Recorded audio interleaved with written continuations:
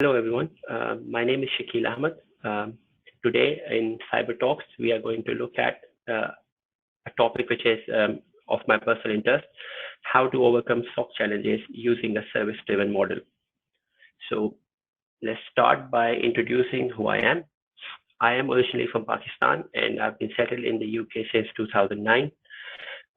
I have been in the industry for 22 years. The domains I've worked in are cybersecurity, of course, and then a wide experience in enterprise technology and related services. Some experience particularly related to this presentation is that I've personally led 5 global SOC rollouts for some of the largest organizations across the globe.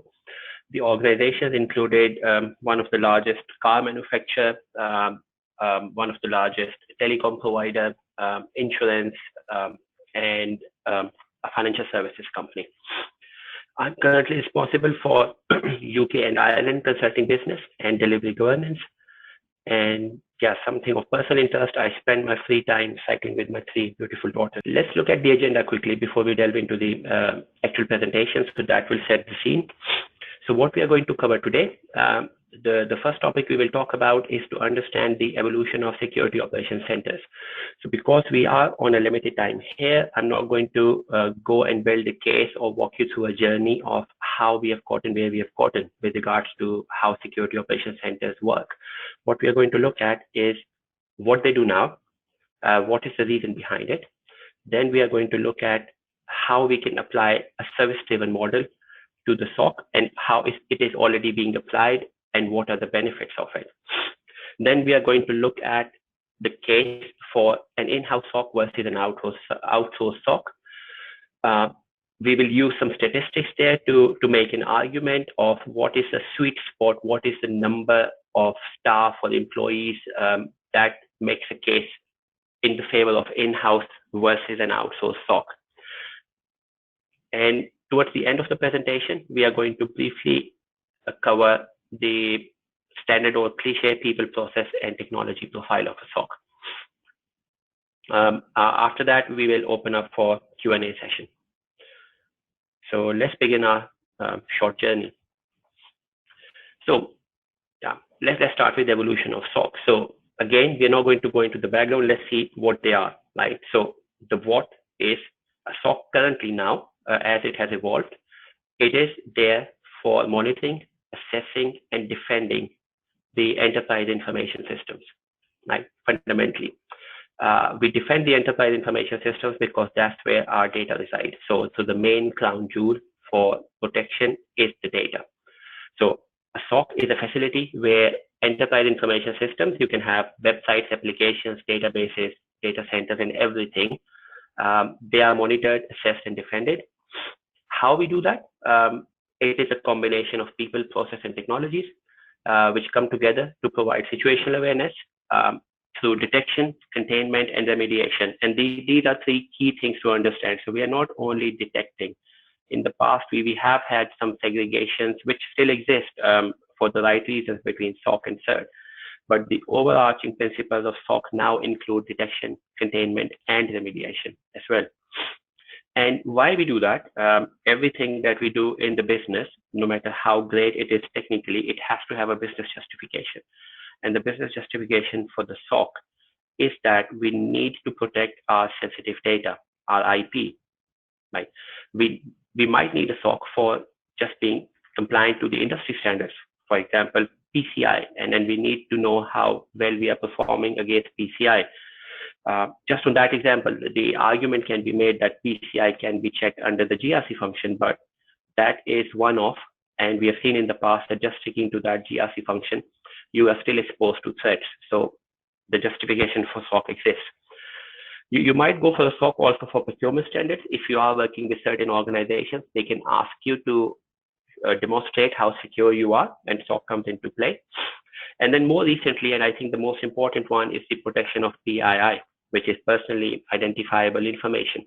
So that relates to the information about your own employees as well as the information about the customers you serve, whether those customers are big, large organizations or they are individuals. So whether you are in B2B model or B2C model.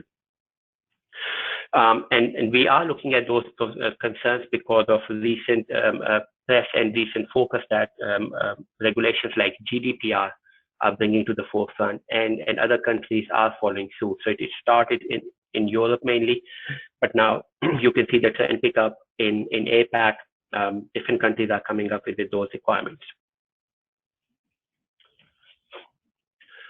Now, we've established that the SOCs are at a certain place of maturity, but let's look at from another angle at what has changed then, how that certain level of thinking, or the maturity in thinking, how is that affecting the makeup of the actual SOCs. So previously, the main technical piece in the SOC was security information and event management system, which you know as a CM system. But because the function of the SOC has changed, it is taking on more logs from different technologies, different parts of the businesses as well. There is another technical piece which is being added to the SOC in the last 5 to 10 years max. I would say rather more leaning toward 5, where it has taken prominence, which is a SOAR, which is short for security or orchestration, automation, and response system. And what that does is that it works side by side with SIEM. So it's not undermining the value that SIEM brings to the whole equation, but it takes it to the next level. So it takes logs just not from the SIEM, but from other systems as well. It orchestrates process. It automates the response. It automates detection as well to an extent. And it links with all the systems around where SOC is linking into in the organization. So those two pieces are quite in focus when we talk about SOC. Now, another thing that has evolved is the increased focus on centralization and fusion SOCs. So centralization means that instead of having individual SOCs, so if you are a large organization, for example, instead of having independent SOCs in different regions, you are centralizing. So either you are going for a consolidated SOC, which aggregates inputs from different parts of the world for your organization, or you are still maintaining smaller SOCs, but they all feed into a centralized large SOC, which gives you the whole picture. Unless you feed everything into a centralized model, you don't get the whole picture. And then the other thing is the fusion SOCs, where SOCs are not just looking at the technology part of the organization, they're also overarching into the physical world. So they are sometimes called joint SOCs, they are sometimes called fusion SOCs, where you're not just looking at technology, you're looking at other parts of the organization as well. So in case of, for example, a large oil exploration company, you are protecting their IT assets, but equally you are getting feeds from their rigs. You are getting feeds from the ground where they have oil exploration assets in place physically on the ground.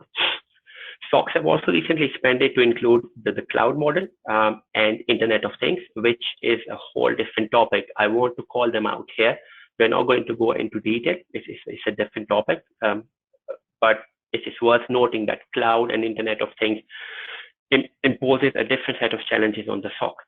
And then how SOCs are reacting to it, they are relying more and more on data science models, machine learning, and artificial intelligence, because the amount of logs that are coming in, if you try to respond to that challenge using human resource only, it's not going to work out.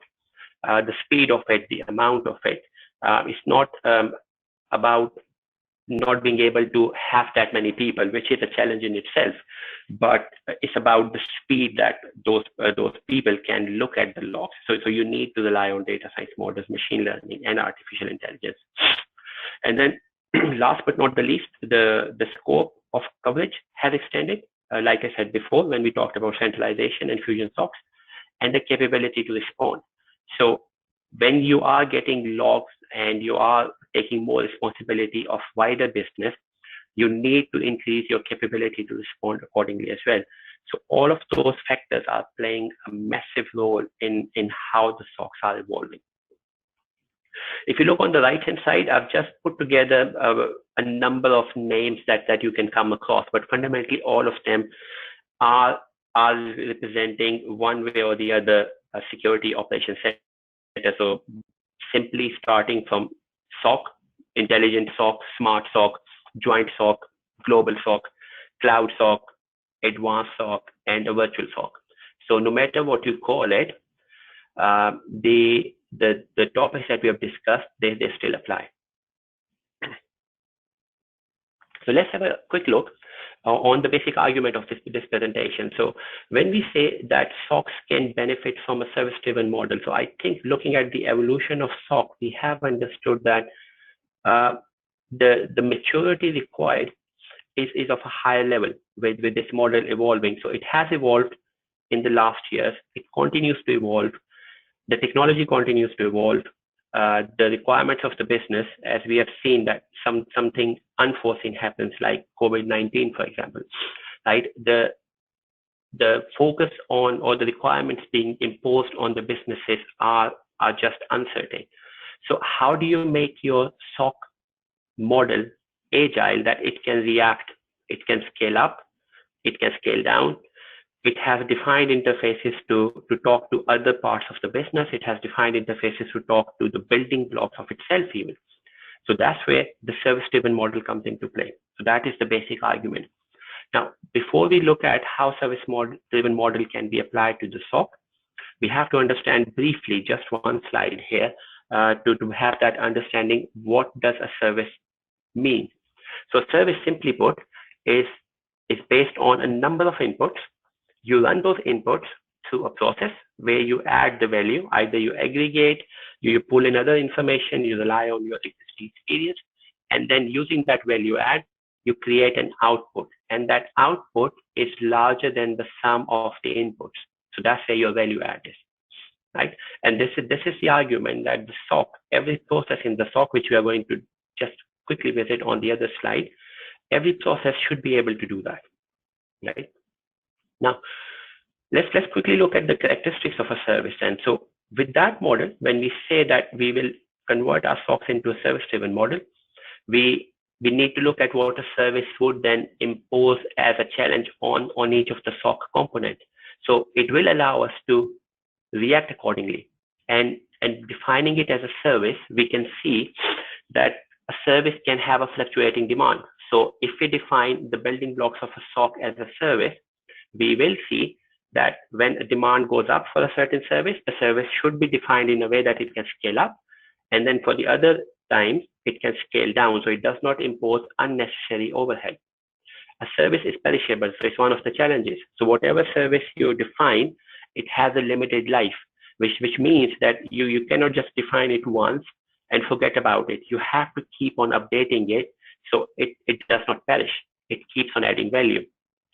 It is inseparable. So service might be defined in a way that it completely relies on people.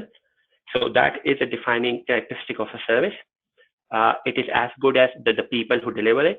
But now more and more organizations are making it inseparable from their model. So they are taking initiatives as knowledge management, where even if there's a churn of people, they lose the personnel, but whoever they replace them with, they can rely on the knowledge base that they have built in the system.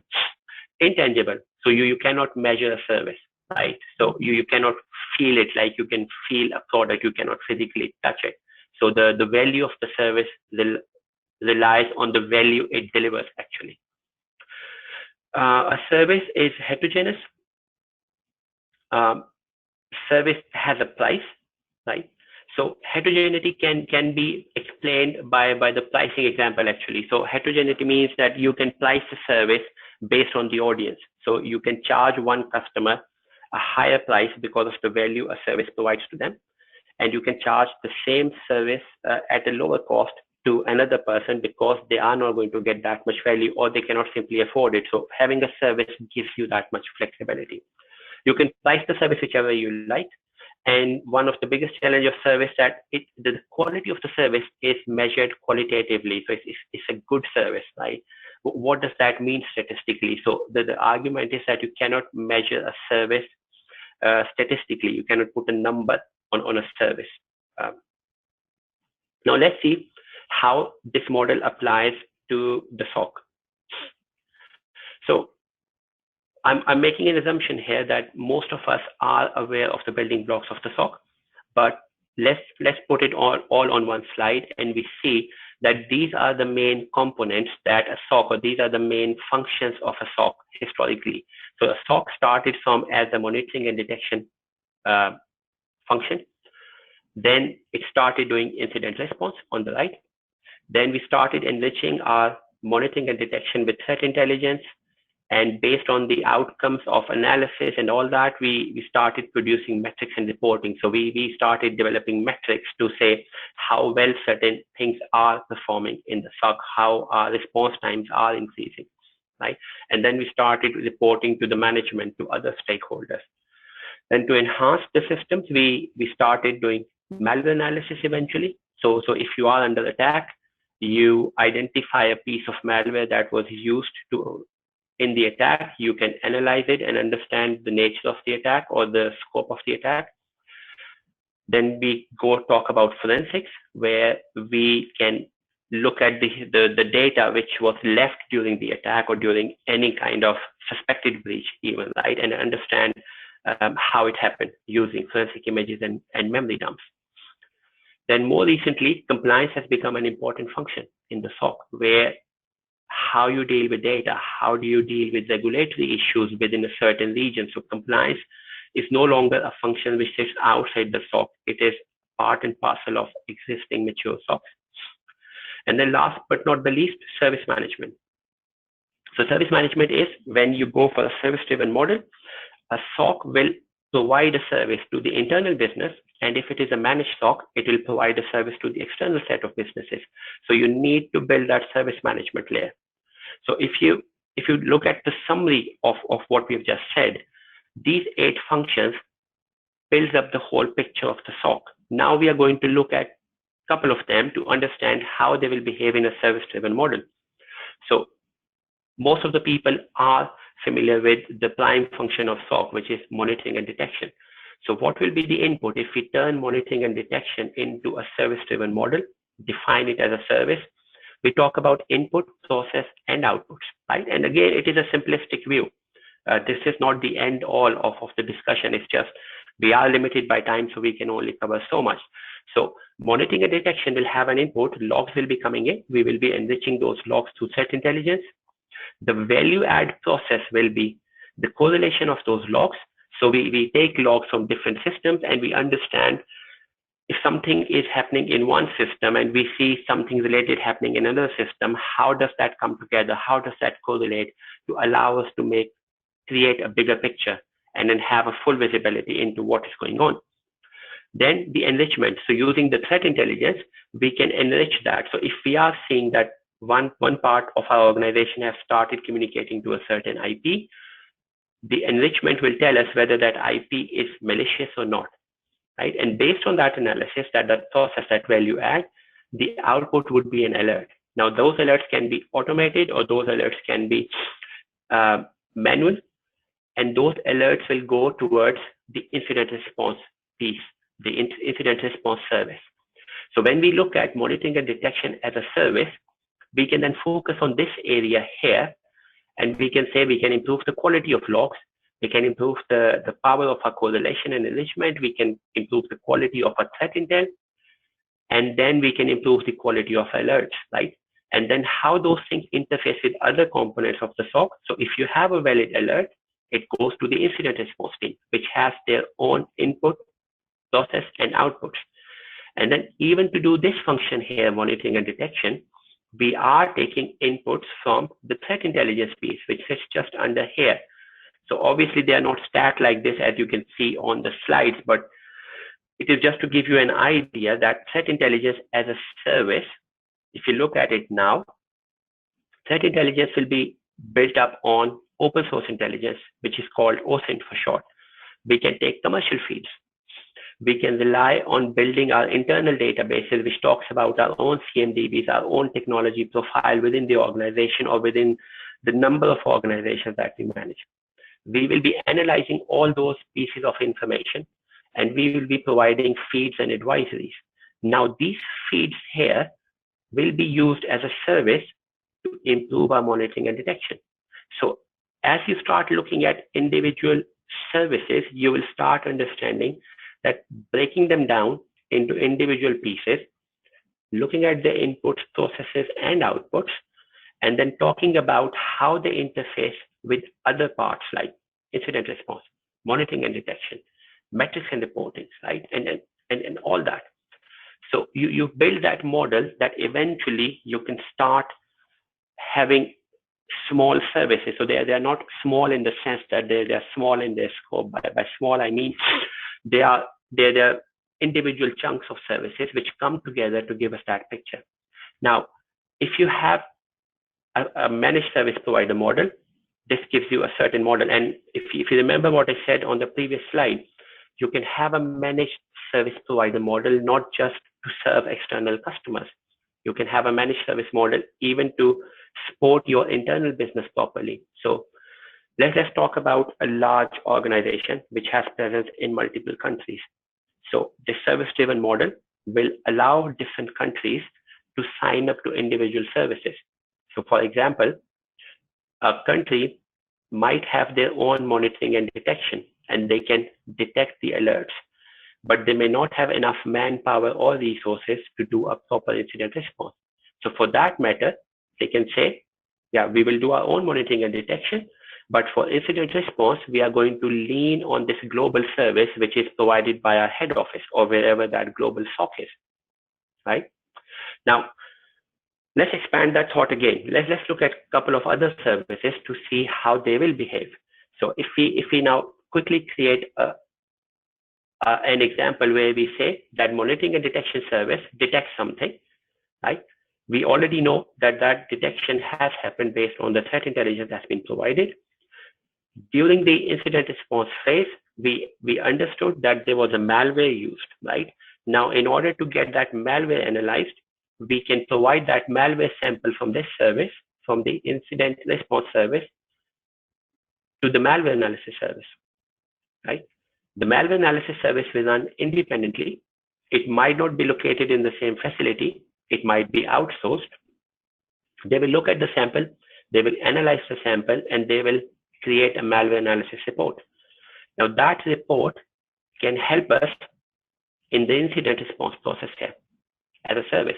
And that report can also be fed into our threat intelligence. So if something similar happens in the future, our threat intelligence will automatically flag it. So we don't need to go and have a new malware analysis done for the same threat vector, right? So we can have more questions and answers at the end of the presentation, but I believe that this helps you create that mental model that how breaking down these individual functions into a service-driven approach just opens up the possibilities. It opens up our ability to use services from different parts of the world, from different parts of the organization, or even in a managed model. Like if you are outsourcing your operation, you can rely on these services from individual providers. Not that I recommend that, but it's just to build that argument that it gives you that level of flexibility. And as long as different services are designed in a way to be able to interface with each other, you can actually build the best of breed model. So you can actually go and find the best incident response service in the world. You can have the best malware analyst in the world. You can have the best forensic analyst in the world, just if you rely on that service-driven model, right? Now, it's much easier said than done. These needs to be built at organization level. Your own organization needs to be geared up to be able to benefit from it. But this is what the argument says, that eventually it will add that value, and the sum of the provided value will be greater than the individual components. Now, let's move on. So what does that give us then? So we have briefly discussed it, but it helps to lay it down on this slide. So using a service-driven model help us to compartmentalize services, right? So we can look at individual service in isolation, and then we can focus on enhancing it. It provides clarity about interdependence of services. So when you are building each function of your SOC as a service, you can then at that time clearly understand which service depends on the other service. So like I showed you in the example, your monitoring and detection service is dependent on threat intel, because without the enrichment from threat intel, you might miss some detection capability. Then your threat intelligence service is dependent on the malware analysis and forensic services, because the output of those services allows you to have a better threat intel piece. Looking at the incident response service, when you are actually reacting or responding to the incident, that service is dependent on your monitoring and detection. It is also dependent on your threat intel service. It is also dependent on your compliance service, that when you are reacting to an incident in different parts of the world, the compliance will be your lighthouse to look up to and tell you how is the best way to deal with data or the local regulations, right? Number 3 is provide a progressive pathway to overall capability maturity. So if you can't, and then it is quite a real use case, you can't build all these 8 different components, or you can't set up all these 8 services. So the service-driven model allows you to progressively build your capability. You can start with monitoring and detection, check off that regulatory liability. Then you can move towards incident response. Then you can start enriching your whole equation, your monitoring and detection and incident response using threat intel. Then at a later stage, you can add malware analysis. Then you can go and procure services for forensic analysis. Depending on what kind of industry you work in, you might have to have compliance from day one, or you can add compliance at a later date as you expand into those markets. So the idea is that it gives you a pathway to progressively build your SOC model. Number 4, it allows cross-pollination of consumption of services from external providers. So this is what I said on the previous slide, that if you look at the service-driven model, it does not bind you to use the whole piece from one provider, whether you are opting for an outsource model or an internal model. So let's look at the example of an internal organization. If your organization has an extremely good forensic capability in some European country, you have a choice in a service-driven model to not use your own analysis capability. You can actually go and then talk to those forensics or malware analysts in that European country and rely on their expertise. And because you have defined your whole model on a service-driven basis, you will be able to consume, you will be able to plug them in, plug them out, and you will have those established interfaces. Number 5 allows for flexible hybrid models. Again, you don't have to always rely on internal services, or you don't have to rely always on external services. You can create hybrid models. You can have some services through external providers. You can have a bunch of services internally. And in a service-driven model, you have that ability to plug them in, plug them out, like I said before. And paves a mature path to provision of managed services. So this works both ways. So it allows, this service-driven model allows you to build a managed service model for your internal consumption. Like we said, that you can create a global SOC, start off in a bunch of services, and different regions will have the ability for them to sign up to those services. And then when we look at large, complex organizations, it actually helps, because those organizations are not just one organization. They are usually amalgamation of multiple organizations that they have acquired. They have gone through mergers and acquisitions to build that model. So when they go for the existing different components, which are quite disparate in their own ecosystem, they can ask them that, okay, you don't have to follow all the models that we are doing. You can sign up for different services. So this service-driven model allows you to build that ability for the internal components of your business to sign up to different services. And then if you are a managed service provider and you build your service offering using a service-driven model, then you can offer to your customers a progressive approach. So you can start them and you can help them grow as they mature. So you can start them with the detection and response service, or you can open up doors just offering them a retainer for incident response services. And then when they see value in one service, they have the ability to start signing up for other services. So it's just that service-driven model allows you that flexibility. Now, let's quickly look at when as an organization you would opt for in-house or an outsource SOC. And then it also, it's not as black and white as that always, but this will help you understand the philosophy behind any such recommendation. And like we already discussed, that we can still have hybrid models, right? So like the slide says, there is no silver bullet to decide whether to invest in an in-house SOC or an outsourced SOC. But looking at some data, and I've used some research done by Nemetis Research, and you can see their reference on the other slide as well.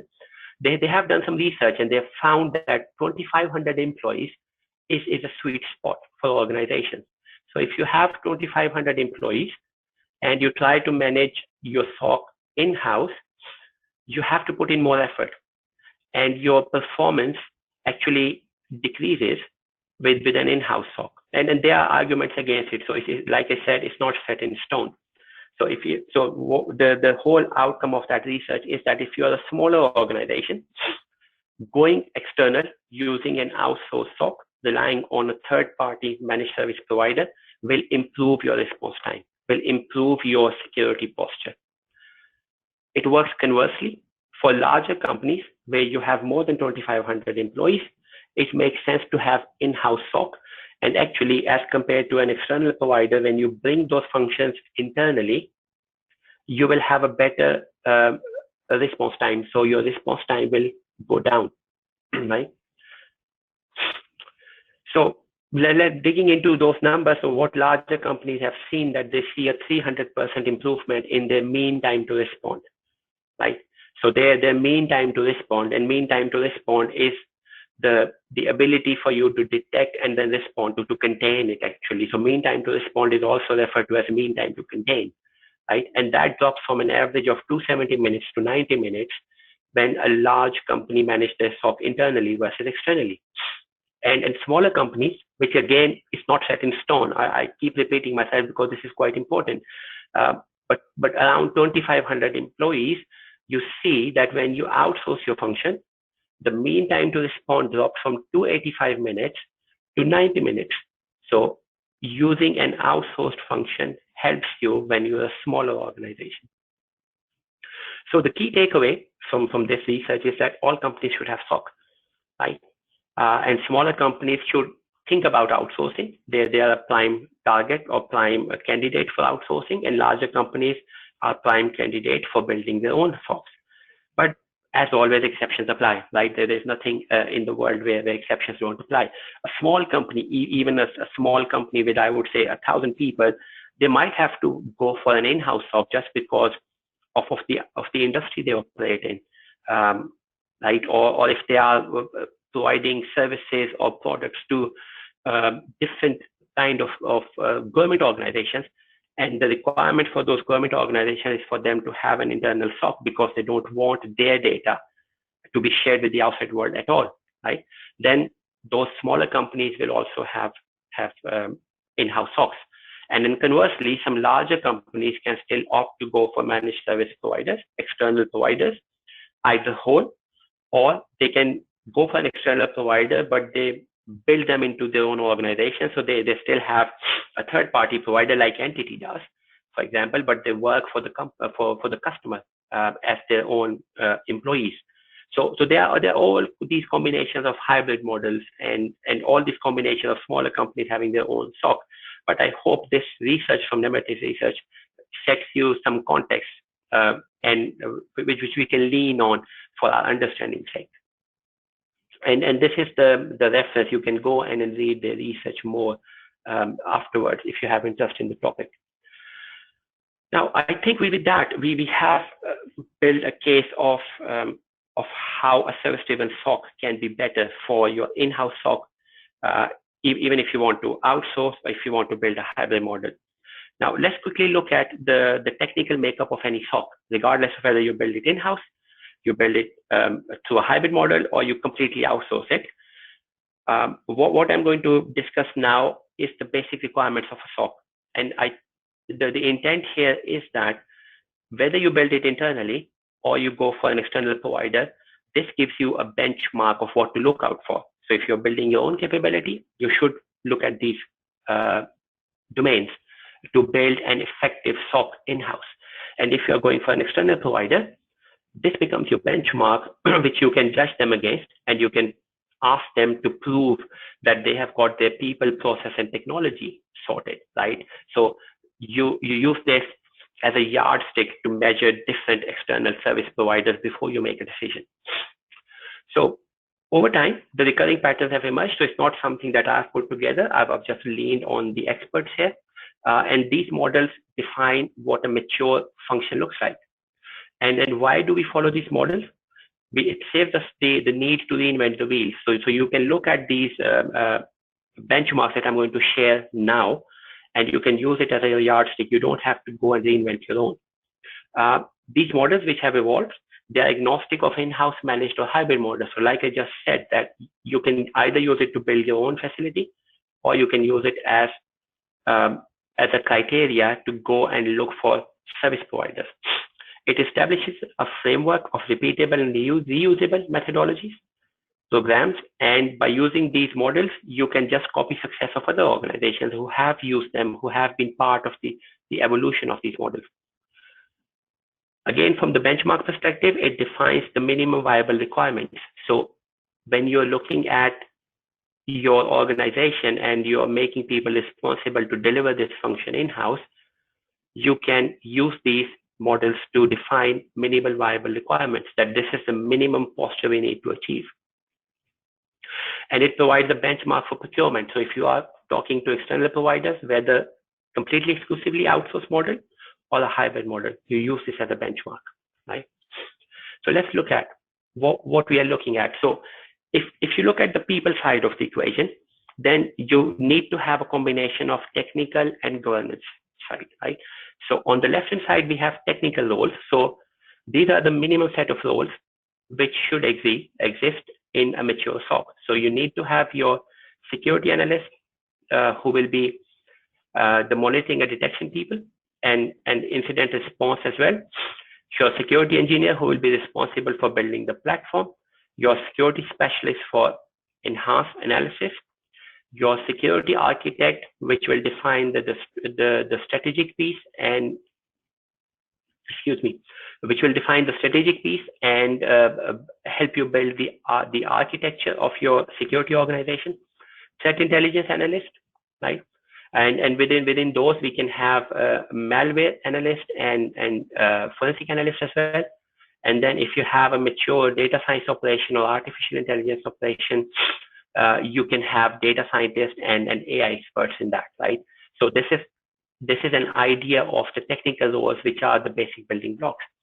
And then on the governance and management side, successful operation will be run through strong governance and management. And you need to have a nominated SOC manager, team leaders, which are also shift leaders, incident handlers, incident managers, which are non-technical people, but they represent the business, compliance manager for the compliance piece, and the service manager to provide in-house or outsourced service. So again, if you use it as an internal yardstick, you need to think about these roles and the governance roles as well, technical and governance, both pieces. If you're looking for external provider, you need to challenge them to demonstrate that they have these roles in their businesses, right? And in a hybrid model, this becomes your benchmark to know which roles will be provided by the external provider and which you still need to maintain internally. So you still need to have some kind of internal stakeholders to be able to interface with the external provider. Now let's quickly look at the process. So if you're building internal SOC, this becomes your guide to define the internal processes. So in the service modeling phase, you need to have a service catalog, which services your SOC will provide. For example, right? So let's look at it from an internal perspective. If you are a global SOC, you are providing services to other parts of your organization. The service catalog will be your service catalog. But equally, if you apply this yardstick to the external providers, then you need to challenge them to show them their service catalog. Looking at the service catalog, you will know the breadth and depth would they provide, the coverage that they can provide, the value that they can bring to your organization, right? And then rest of the slide, I'm not going to go into individual details, but rest of the slide allows you to build this model for understanding what processes, what documentation you need to have at least, whether internally or whether provided by the external provider. So you need to have specific IR workflows. You need to have incident handover management plans. You need to have service management processes, how you will manage service, whether in-house or outsourced. You need to have SLAs. What do you expect from the external provider, or what is the expectation from the wider business towards you if you're providing an in-house service? Looking at scenario modeling, you need to have understanding of applicable attack scenarios for your organization. What applies, what doesn't apply. You need to be able to define use cases. So if you are doing it internally, you need to think about it. If you're relying on an external provider, you need to ask them for use cases that they are going to apply to your estate. You need to have resource models moving to the right-hand side. So how do you define career progression? And I think it is a very valid question to ask the service provider as well, because there's such a high churn of resources. So you need to challenge your service provider. How do they ensure that they provide enough coverage, not just the technical coverage, but also the resource coverage? And then looking at the SOC management piece, if you're doing it internally, what kind of reporting you need to do, what kind of workflows you need to have, what kind of plans you need to have, how do you triage, how do you monitor, how do you manage change in technology and in people, how do you react to disasters, what is your business continuity plan? So all those pieces you need to think about internally, and you need to challenge your external service provider. Now, the third part, the technology profile of the SOC, right? Again, two aspects to it. If you're building it internally, historically, it was just SIEM, a log aggregator, right? And most of the organizations just used to have this to tick off a compliance box, but that thinking has changed. But the key point that I want to highlight is that two other key pieces have emerged. And again, you need to think about it when you're building an in-house SOC, and you need to challenge your provider when you're asking them for services. So yes, we need to have a SIEM, no brainer, but that function of that SIEM has matured. User behavior analytics piece is being added. So it's not just about looking at the logs, it is about understanding how your users behave as well, because that opens up a lot of other avenues of detection and monitoring. And you are able to detect very basic example, which is very commonly used. Same person starting their day at a certain time. So there is a range, someone starts working between 9 and 10, and then they work from a similar IP. Their browsing patterns are the same, if you are allowed to record their browsing patterns, because that is an issue in certain regions, or the way they use their system. And that can tell you a lot about that it is the same person who is using the system. And if you start seeing anomalies, that can be flagged up, and it can either tell you that someone has either hacked their system, or there has been a sudden change of behavior, which you can then look at from a different angle. And then you are enriching them through advanced analytics. So SIEM are not just SIEM for the sake of log aggregation.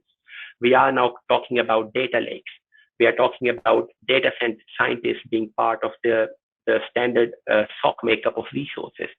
So the logs are coming into the SIEM, and then you're again building a wide range of data lakes or data models using open source technologies or commercial systems, and using that additional piece of information to have a better understanding of what is going on in your estate.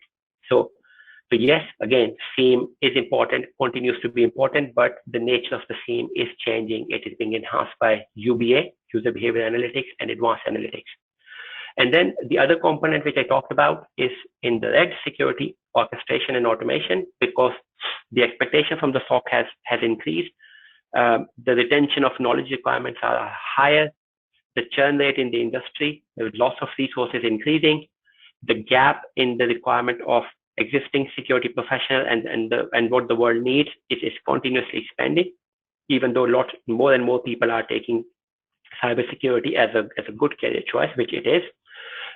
Security orchestration, automation, and response systems are becoming more common in the SOC, because they allow to have good knowledge management. Your processes are built into the system. So even if you lose a resource, the new resource can quickly orientate themselves on the existing processes. And then the automation and orchestration piece allows you to automate the repeating patterns. So if you are seeing similar threats, you have built-in processes and they're automatically remediated. Obviously, you have to go through a certain level of maturity, but those systems are helping the SOCs become more productive. And those systems, using something which you call API or microservices engine, they are reaching out to other systems as well to complete the automation picture. And then it is a whole topic in its own regard, which we cannot cover in this presentation. But the key thing is you need to remember that when you build a SOC, you need to think about a SOAR platform now as well. Then I put in the service manager. So again, this is to build our story for the service-driven SOC, whether it is an in-house SOC or an external SOC. More and more ITSM systems are becoming part and parcel. So they are not necessarily in the SOC, but they work alongside SOC, and they provide a service management system where you have tickets coming in from the business, and you have a mechanism to respond to the service requests from the business.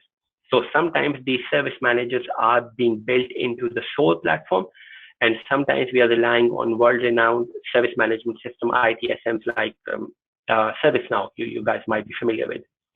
And then on the left, we have threat intelligence. I've marked it as kind of a mandatory requirement because with the enhancement of SIEM and then security operation and the understanding of how cybersecurity works, you will not be able to provide enough value if you don't have a threat management program in place. So whether you build it in-house, you rely on an external service provider, you need to have that thought in place, right? So again, just to quickly recap, we need to have a SIEM, a SOAR, some kind of service management function, whether it is built on the SOAR or a separate ITSM system. And then we need to have some kind of threat intelligence feed or a platform built into the equation, depending on the maturity of the SOC. On the extreme right, I've just called out a number of areas which interface into these systems and provide us with additional input. It also provides us input, and also it allows us when we integrate into systems. So like if we are integrating into firewall, it allows us to put firewall blocks or proxy blocks based on some repeatable events. So I'm sure you can come back to this slide at a later date and you can understand. And again, like I said, just looking at these individual pieces, people, process, and technology, they are individual topics. There's a certain level of depth which we need to look out for. But I wanted to quickly cover it in this presentation to have kind of a holistic picture in your mind and then give you pointers for your follow-on research. I think that concludes our presentation. So we can now move towards any question and answers. I've included my contact details here. I would love to interact with you over Twitter or LinkedIn, and feel free to reach out to me over LinkedIn. Happy to build my network with like-minded people, and also have some private messages if you want to discuss some specific issues. Thank you very much.